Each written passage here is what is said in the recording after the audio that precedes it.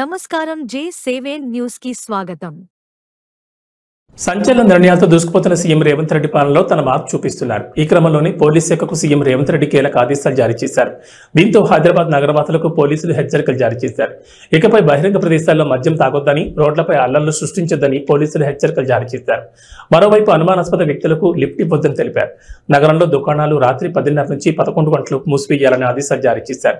ఇక నుంచి గంజాయి సరఫరాదారులను, గంజాయి తీసుకునే వారిని వదిలిపెట్టేది లేదని, అర్ధరాత్రి జులాయిగా ఎవరైనా తిరిగితే కఠిన చర్యలు తీసుకుంటామని పోలీసులు హెచ్చరికలు జారీ చేసినట్లుగా తెలంగాణ కాంగ్రెస్ తన అధికార ట్విట్టర్లో ఓ పోస్టర్ని విడుదల చేసింది.